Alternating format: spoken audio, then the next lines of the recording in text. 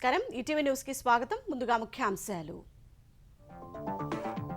బాపట్ల జిల్లాలో వైకాపా ముఖ్య నేత ఇష్టారాజ్యం ప్రైవేటు సైన్యంతో కమిషన్ల దందా నెలకు కోట్లలో అక్రమార్జన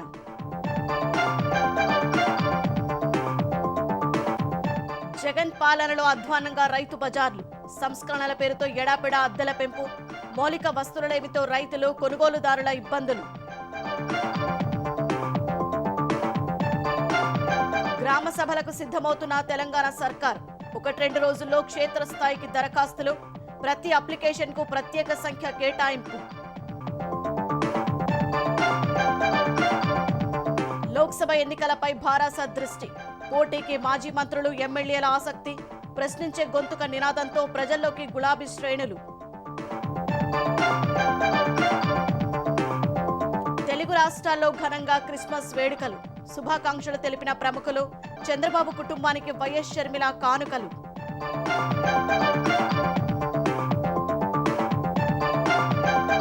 ప్రపంచవ్యాప్తంగా అంబరాన్నంటిన క్రిస్మస్ సంబరాలు వాటికన్లో వేడుకలు ప్రారంభించిన పోప్ యుద్ధ భయంతో బోసిపోయిన జెరూసలేం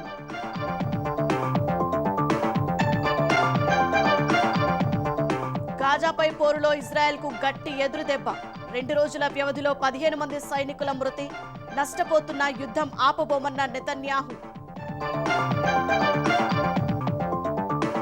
ఇండియన్ ఒలింపిక్ అసోసియేషన్ కు రెజ్లింగ్ సమాఖ్య బాధ్యతలు తాత్కాలిక కమిటీ ఏర్పాటు చేయాలంటూ ఐఓఏకు కేంద్ర క్రీడా శాఖ లేఖ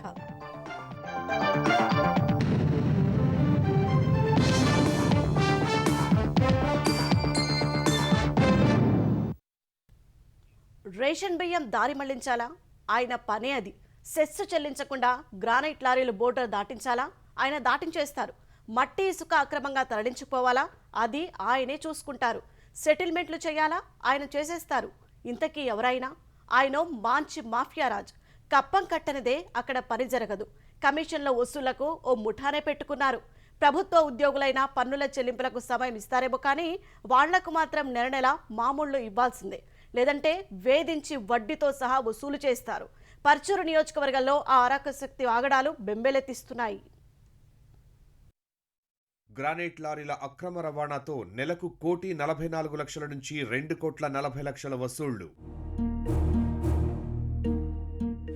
మట్టి తరలించే వాహనాల వద్ద నెలకు 22.5 లక్షల దందా ఇసుక టిప్పర్ల వద్ద నెలకు 1 కోటి దాకా కమిషన్లు శీతల గిడ్డంగుల వద్ద నెలకు 1 లక్ష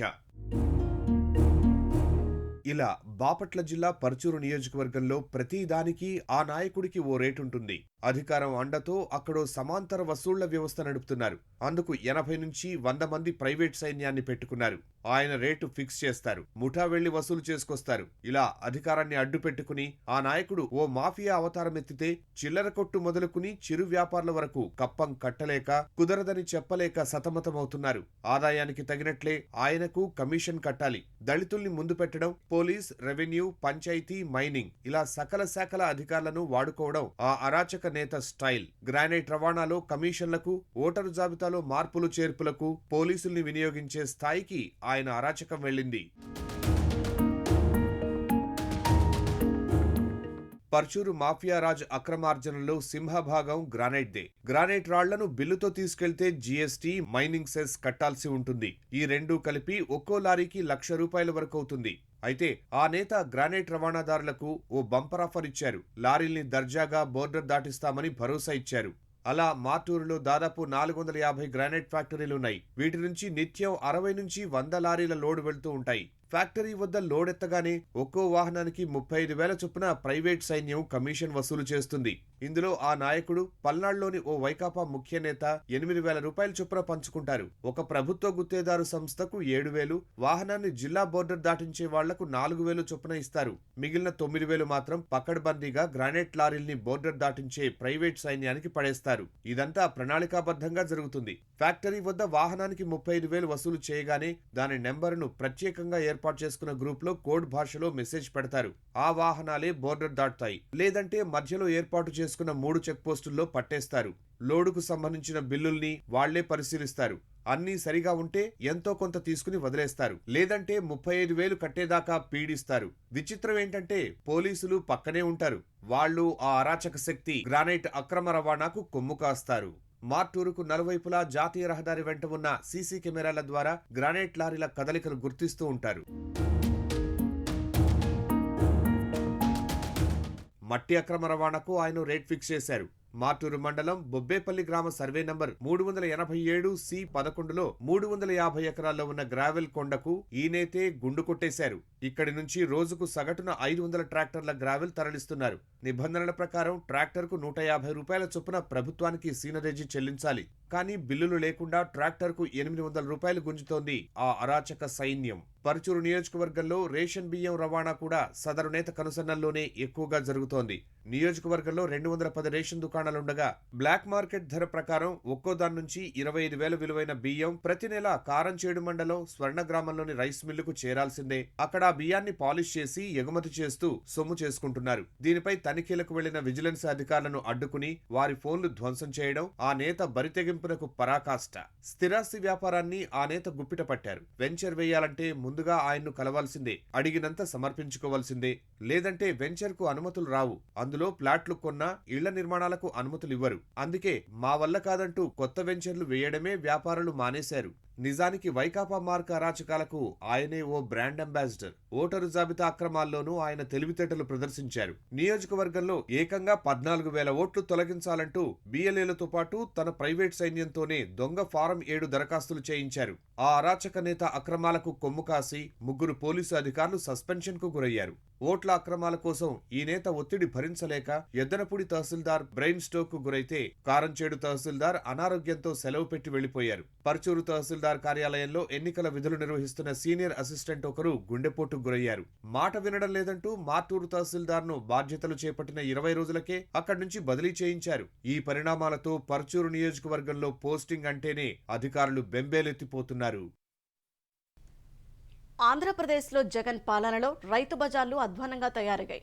అటు అన్నదాతలు ఇటు కొనుగోలుదారులకు ప్రయోజనకరంగా ఉండేలా ఏర్పాటు చేసిన రైతు బజార్ల ఉద్దేశాన్ని వైకాపా సర్కార్ అటకెక్కించింది. అద్దెలు పెంచేసి ఆదాయ వనరుగా మార్చేసింది.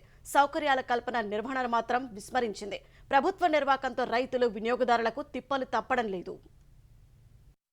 రైతులకు గిట్టుబాటు ధర, కొనుగోలుదారులకు చౌకగా కూరగాయలు అందించాలనే లక్ష్యంతో ఏర్పాటు చేసిన రైతు బజార్ల ఉద్దేశాన్ని వైకాపా ప్రభుత్వం నీరుగారుస్తోంది. సంస్కరణల పేరిట ఎడాపెడా అద్దెలు పెంచేసి వాటిని ఆదాయ వనరుగా మార్చేశారు. కొత్తగా 54 రైతు బజార్లు ఏర్పాటు చేస్తున్నామని అధికారంలోకి వచ్చిన నాటి నుంచి గొప్పలు చెప్పడం తప్పితే వాటిలో 25% కూడా పూర్తి చేయలేకపోయారు. గతంలో ఉన్న వాటిలోనూ సౌకర్యాల కల్పనను విస్మరించారు. శీతల గదులకు తాళాలేశారు. తాగునీరు, విద్యుత్తు, సీసీ కెమెరాల పనితీరు అంతంత మాత్రమే. మరుగుదొడ్లలోకి వెళ్తే ముక్కులు మూసుకుని కూడా ఉండలేని దుస్థితి. ఇలా మొత్తం రైతు బజారు వ్యవస్థని అస్తవ్యస్తంగా తయారు చేసిన ఘనత సీఎం జగన్ కే దక్కుతుంది. పండించిన వ్యవసాయ ఉత్పత్తుల్ని రైతులే నేరుగా తెచ్చి విక్రయించుకునేందుకు 1999లో తెలుగుదేశం ప్రభుత్వం రైతు బజార్లను అందుబాటులోకి తెచ్చింది. అన్ని నగరపాలక సంస్థలు, పురపాలక సంఘాల్లోనూ రైతు బజార్లను అందుబాటులోకి తెచ్చారు. వాటిలో దుకాణాలు కేటాయించి గుర్తింపు కార్డులు ఇచ్చారు. పొదుపు సంఘాలు, దివ్యాంగులకు అక్కడ అవకాశం ఇచ్చారు. ప్రస్తుతం రాష్ట్రంలోని 102 రైతు బజార్లలో సుమారు 5,800 దుకాణాలున్నాయి. ఇందులో 4,500 మందికి పైగా రైతులకు గుర్తింపు కార్డులు అందించారు. మార్కెట్ ధరలతో పోలిస్తే కిలోకు 5 నుంచి 10 రూపాయల వరకు తక్కువకే విక్రయిస్తుండటంతో రైతు బజార్లలో రద్దీ పెరిగింది. రోజుకు సుమారు 6 లక్షల మంది వినియోగదారులు వస్తూ ఉంటారు. వారికి ఎలాంటి ఇబ్బందులు కలగకుండా రైతు బజార్లలో విద్యుత్తు, తాగునీరు, శీతల గదులు వంటి సౌకర్యాలతో పాటు వ్యర్థాల నుంచి ఎరువుల తయారీ వ్యవస్థను ఏర్పాటు చేశారు. రైతు బజార్ల నిర్వహణను మెరుగుపరచాల్సిన ప్రభుత్వం వాటిని ఆదాయ వనరుగానే చూస్తోంది. అద్దెల రూపంలో బాధేస్తుండటంతో దుకాణదారులు ఆ భారాన్నంతటినీ వినియోగదారులపై మోపుతున్నారు. అంటే ప్రభుత్వమే రేట్లు పెంచక తప్పని పరిస్థితిని సృష్టిస్తోందన్నమాట.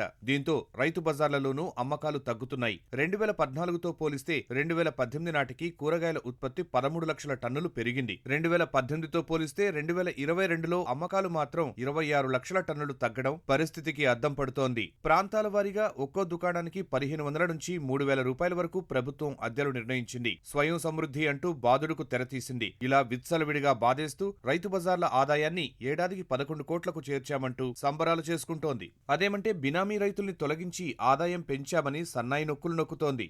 రెంట్లు ఇంతకు ముందు అంటే లేవు సార్. ఇప్పుడు ఈ ప్రభుత్వం వచ్చాక రెంట్లు ఎక్కువైపోయి ఇక్కడ రెంట్లు కట్టకపోతే గవర్నమెంట్ ఒప్పుకోరు. అందువల్ల ఇబ్బందే కదా సార్. మాకు రైతులకు ఏమైనా ఆయన చేస్తే బాగుంటుందని మేము అనుకుంటున్నాం. ఇంతకు ముందు ఏం లేదు సార్. ఇప్పుడు 3,000 రెంట్ కడుతున్నాం సార్. పాత రెంట్లు బాగుండేది సార్. రెంట్ పెంచింగ్ కొంచెం ఇబ్బంది అవుతుంది. ఈ ఫ్రూట్స్ ఎక్స్ట్రాగా మేము తీసుకున్నాం. తాత 2,200 ఉండేది, ఇప్పుడు 6,600 చేశారు ఫ్రూట్స్తో పాటు. మాకు గతంలో 3,600 ఉండేదండి.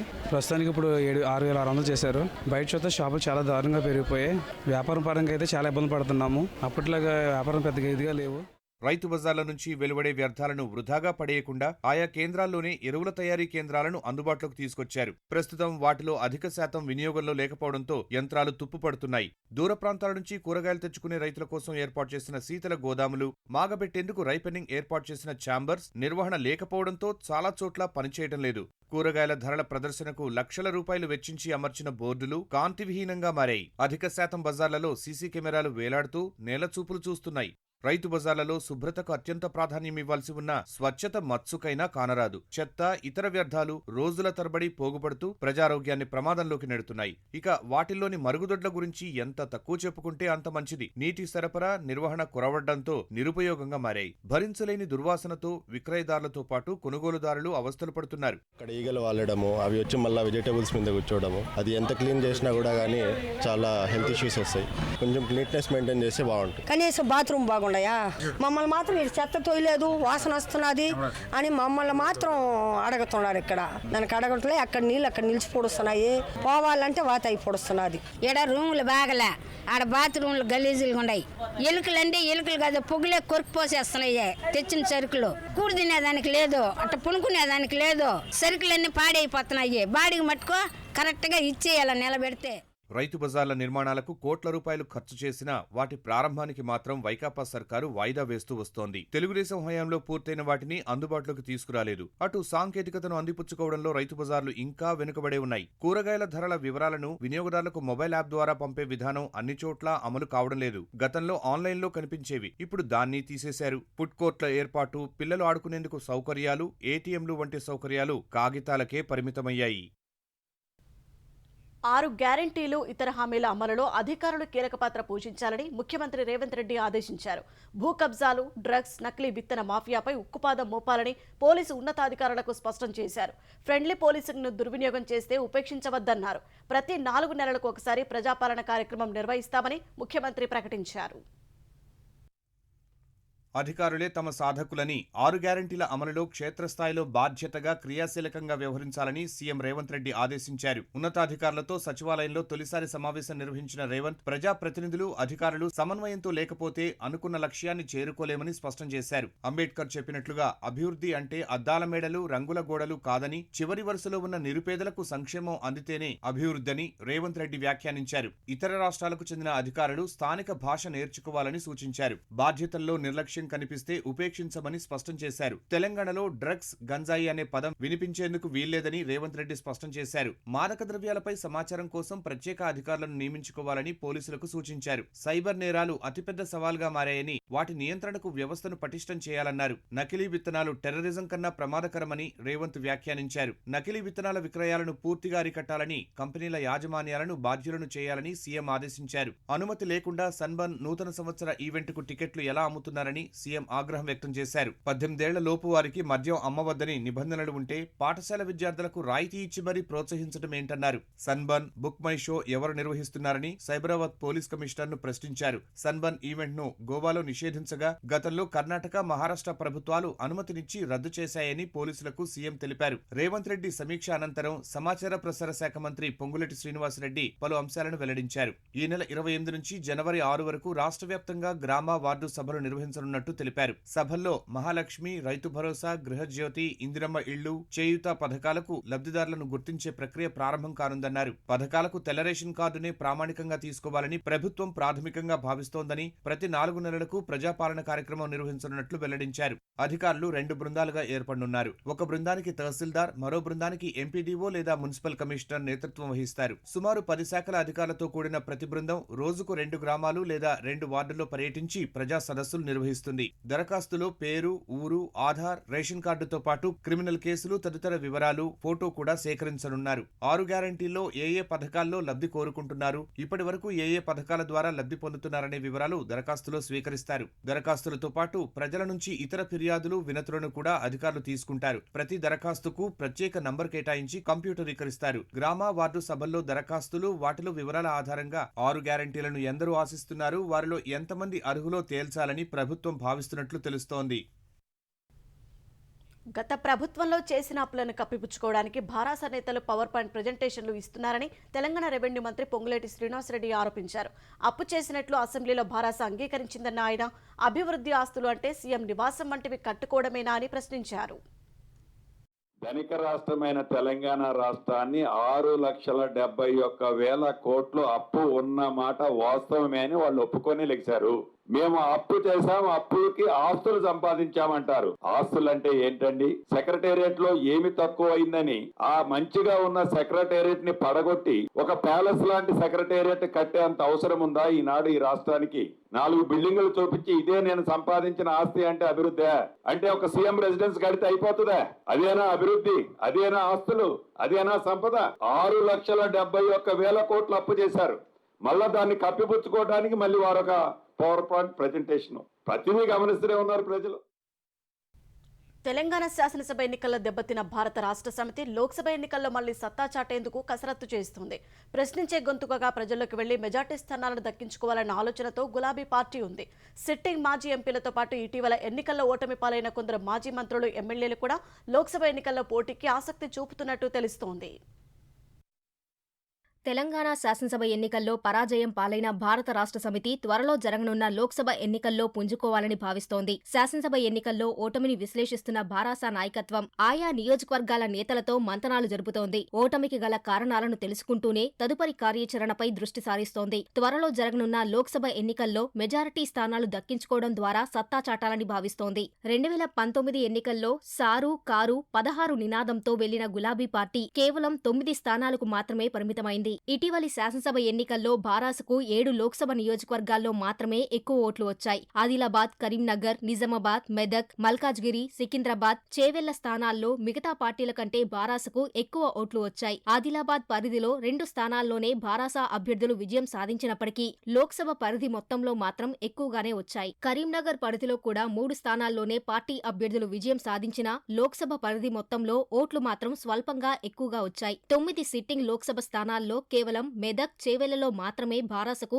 అసెంబ్లీ ఎన్నికల్లో ఎక్కువ ఓట్లు వచ్చాయి. ఈ అన్ని అంశాలను విశ్లేషించుకుని లోక్సభ ఎన్నికలకు పార్టీ నేతలు, శ్రేణులను సిద్ధం చేసేందుకు భారాస రంగం సిద్ధం చేస్తోంది. సిట్టింగ్ ఎంపీలు, గత ఎన్నికల్లో పోటీ చేసిన ఎంపీ అభ్యర్థులు మళ్లీ పోటీ చేసేందుకు సిద్ధమవుతున్నారు. అయితే ఈ మారు కొన్ని స్థానాల్లో అభ్యర్థులను మార్చవచ్చన్న ప్రచారముంది. వివిధ అంశాల దృష్ట్యా మార్పులు, చేర్పులు జరగవచ్చని అంటున్నారు. ఇటీవలి శాసనసభ ఎన్నికల్లో ఓటమి పాలైన కొందరు మాజీ మంత్రులు, మాజీ ఎమ్మెల్యేలు లోక్సభ ఎన్నికల్లో పోటీపై ఆసక్తి చూపుతున్నట్లు పార్టీ వర్గాలు చెబుతున్నాయి. లోక్సభ ఎన్నికల్లో ఈ మారు తెలంగాణలో బలమైన త్రిముఖ పోటీ జరగనుంది. అధికార కాంగ్రెస్, భాజపా లోక్సభ ఎన్నికలను ప్రతిష్టాత్మకంగా తీసుకోనున్నాయి. భారాసకు కూడా ఈ ఎన్నికలు కీలకం కానున్నాయి. అయితే కాంగ్రెస్, భాజపాలు రెండూ కూడా జాతీయ నాయకత్వం కింద పనిచేసే పార్టీలని, తాము మాత్రమే స్థానిక అవసరాలకు అనుగుణంగా వ్యవహరిస్తామని భారాస అంటోంది. ప్రశ్నించే గొంతుక నినాదంతో ప్రజల్లోకి వెళ్లి వారి మద్దతు కోసం ప్రయత్నిస్తామని అంటోంది. ప్రపంచవ్యాప్తంగా క్రిస్మస్ వేడుకలు ఘనంగా జరుగుతున్నాయి. వాటికన్లో క్రిస్మస్ వేడుకలను పోప్ ఫ్రాన్సిస్ ప్రారంభించారు. ఉక్రెయిన్లో త్వరగా శాంతి నెలకొనాలని వాటికన్ సిటీలోని సెయింట్ పీటర్స్ స్క్వేర్లో ప్రజలను ఉద్దేశించి చేసిన ప్రసంగంలో పోప్ అభిలాషించారు. జీసస్ జన్మించిన చోట ప్రస్తుతం యుద్ధం నడుస్తోందని వ్యాఖ్యానించారు. వివిధ దేశాల్లోని క్రైస్తవులు పెద్ద ఎత్తున క్రీస్తు జన్మదిన సంబరాల్లో మునిగిపోయారు.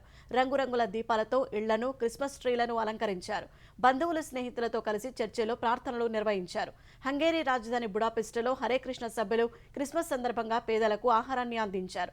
స్పెయిన్ రాజధాని మాడ్రిడ్లో వేలాదిగా శాంతాక్లాస్ దుస్తులు ధరించి చారిటీ రన్లో పాల్గొన్నారు. క్రైస్తవులకు అత్యంత పవిత్ర ప్రదేశాల ఒకటైన జెరూసలేంలోని బెత్లెహాంలో మాత్రం ఈ ఏడాది వేడుకలు బోసిపోయాయి.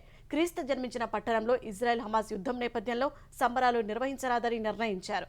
రష్యా సాగిస్తున్న దాడుల నేపథ్యంలో ఉక్రెయిన్లో ఈసారి కూడా క్రిస్మస్ వేడుకలు అంతంత మాత్రంగానే ఉన్నాయి. దేశంలో క్రిస్మస్ సందడి ఆదివారం రాత్రి నుంచే మొదలైంది. వివిధ ప్రాంతాల్లో క్రైస్తవ సోదరులు చర్చిలకు వెళ్లి ప్రార్థనలో పాల్గొన్నారు. ఈ సందర్భంగా చర్చిలను విద్యుత్ దీపాలతో అలంకరించారు. కోల్కతాలోని హోలీ రోషరీ చర్చిలో ముఖ్యమంత్రి మమతా బెనర్జీ క్రైస్తవులతో కలిసి ప్రార్థనలో పాల్గొన్నారు. కేరళ ఎర్నాకులంలోని ఇన్ఫాంట్ చర్చిలో జీసస్ జీవితగాథను తెలియజేసే స్టాళ్లను ఏర్పాటు చేశారు. గోవా రాజధాని పనాజీ, పశ్చిమ బెంగాల్ రాజధాని కోల్కతాలో వీధులను విద్యుత్ దీపాలతో అలంకరించారు. జమ్మూ కాశ్మీర్లోని ఓ చర్చిలో కొవ్వొత్తులను వెలిగించారు. తెలంగాణలో కూడా క్రిస్మస్ వేడుకలు ప్రారంభమయ్యాయి. సికింద్రాబాద్లోని సెయింట్ మేరీ చర్చిలో ఆదివారం రాత్రి నుంచే ప్రార్థనలు నిర్వహించారు. యేసుక్రీస్తు జన్మదిన వేడుకలు హనుమకొండలో కన్నుల పండుగగా జరుగుతున్నాయి. సర్వాంగ సుందరంగా ముస్తాబైన చర్చిలు ప్రత్యేక ప్రార్థనలతో కోలాహలంగా మారాయి. ప్రపంచ ప్రఖ్యాతిగాంచిన మెదక్ చర్చి నిర్మించి 99 ఏళ్లు పూర్తయ్యాయి. వచ్చే ఏడాది డిసెంబర్ 25కు 100 ఏళ్లు పూర్తి కానున్న నేపథ్యంలో ఇవాళ్టి నుంచి సంవత్సరం పాటు శతాబ్ది వేడుకలు నిర్వహించనున్నారు. ఆంధ్రప్రదేశ్లోనూ క్రిస్మస్ వేడుకలను ఘనంగా నిర్వహిస్తున్నారు. రాష్ట్ర గవర్నర్ ఎస్ అబ్దుల్ నజీర్ ప్రజలకు క్రిస్మస్ శుభాకాంక్షలు తెలిపారు. సద్గుణం, విశ్వాసంతో కూడిన జీవితాన్ని గడపడానికి యేసుక్రీస్తు జీవితం అందరికీ స్ఫూర్తిదాయకమని పేర్కొన్నారు. రాష్ట్ర ప్రజలకు క్రిస్మస్ శుభాకాంక్షలు తెలిపిన సీఎం జగన్ జీసస్ బోధనలు స్ఫూర్తిదాయకమని పేర్కొన్నారు. క్షమ, దాతృత్వం, త్యాగం యేసుక్రీస్తు ఇచ్చిన మహోన్నత సందేశాలని తెలిపారు. తెలుగుదేశం పార్టీ కేంద్ర కార్యాలయంలో అధినేత చంద్రబాబు కేక్ కట్ చేసి క్రైస్తవుల సోదరులకు పండుగ శుభాకాంక్షలు తెలిపారు. అనంతపురం తెలుగుదేశం క్రిస్టియన్ సెల్ ఆధ్వర్యంలో ప్రీ క్రిస్మస్ వేడుకలను నిర్వహించారు. రాయదుర్గంలోని రాజీవ్ గాంధీ కాలనీలో జీసస్ కాలింగ్ మినిస్ట్రీస్ ఆధ్వర్యంలో ప్రభుత్వ కమ్యూనిటీ వైద్యశాలలో రోగులకు పాలు, బ్రెడ్లు పంపిణీ చేశారు. చర్చిలో ప్రత్యేక ప్రార్థనలు నిర్వహించారు. కృష్ణా జిల్లా చల్లపల్లి మండలం పురిటిగడ్డలోని ఐవీఎం హోంలో సెమీ క్రిస్మస్ వేడుకలు ఘనంగా జరిగాయి. యానాంలోని గౌతమి గోదావరి తీరాన ఉన్న యేసుక్రీస్తు విగ్రహం వద్ద, పట్టణంలో ఉన్న అతి పురాతన రోమన్ క్యాథలిక్ చర్చి వద్ద సందడి నెలకొంది. రోమన్ క్యాథలిక్ చర్చిను విద్యుత్ దీపాలతో అలంకరించారు. తెలుగుదేశం అధినేత చంద్రబాబు కుటుంబ సభ్యులకు సీఎం జగన్ సోదరి వైతేపా అధ్యక్షురాలు వైఎస్ షర్మిల క్రిస్మస్ శుభాకాంక్షలు చెబుతూ కానుకలు పంపారు. కొత్త ఏడాదిలో నారా కుటుంబానికి దేవుడి ఆశీస్సులు ఉండాలని గ్రీటింగ్ పంపించారు. ఈ మేరకు షర్మిలకు కృతజ్ఞతలు తెలుపుతూ లోకేష్ ఎక్స్లో పోస్ట్ చేశారు. అద్భుతమైన కానుకలు పంపినందుకు ధన్యవాదాలు తెలిపారు. షర్మిలకు నారా కుటుంబం తరపున లోకేష్ క్రిస్మస్, నూతన సంవత్సర శుభాకాంక్షలు తెలిపారు.